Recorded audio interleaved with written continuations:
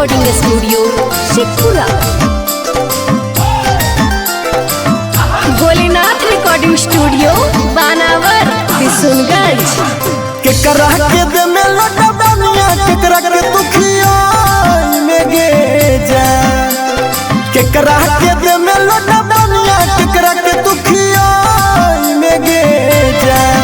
अभी केकरा के दे में तू मौका के करा जिया जा रमी गे जा। अभी केकरा के दे में तू मौका के करा जिया जा रमी गे जा।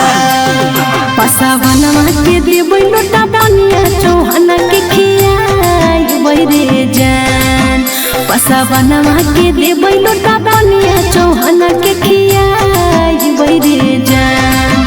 अरे अहिरा के देबै हमें मौका बहन के जिया जा रे जान। अरे अहिरा के देबै हमें मौका बहन के जिया जा रे जान।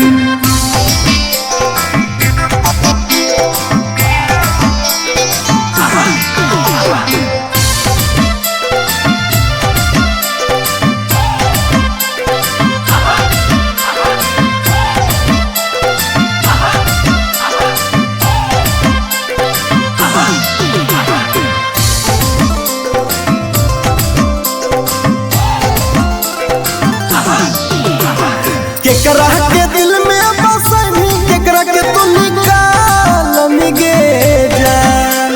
केकरा के दिल में बसनी केकरा के तू निकाल मिगे जान। आगे केकरा के दे में तू मौका केकरा के तू रो बोई मिगे जान। आगे केकरा के दे में तू मौका केकरा के तू रो बोई मिगे जान। लालू जी के दिल में बसई नीतीश के निकाल रे जान। लालू जी के दिल में बसई नीतीश के निकाल रे जान। आरो जेडी के देबै हमें मौका बीजेपी के रोवाई रे जान। आरो जेडी के देबै हमें मौका बीजेपी के रोवाई रे जान।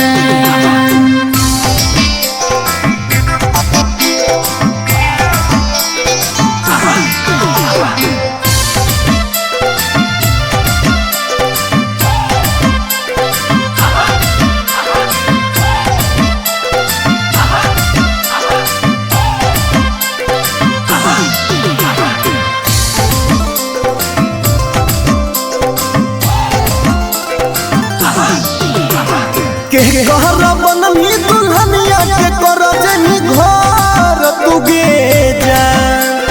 के कहरा बनमी दुल्हनिया के कर जनी घर तू गे जा। आगे केकरा के दे में तू मौका के करा जिया जा रमी गे जा। आगे केकरा के दे में तू मौका के करा जिया जा रमी गे जा।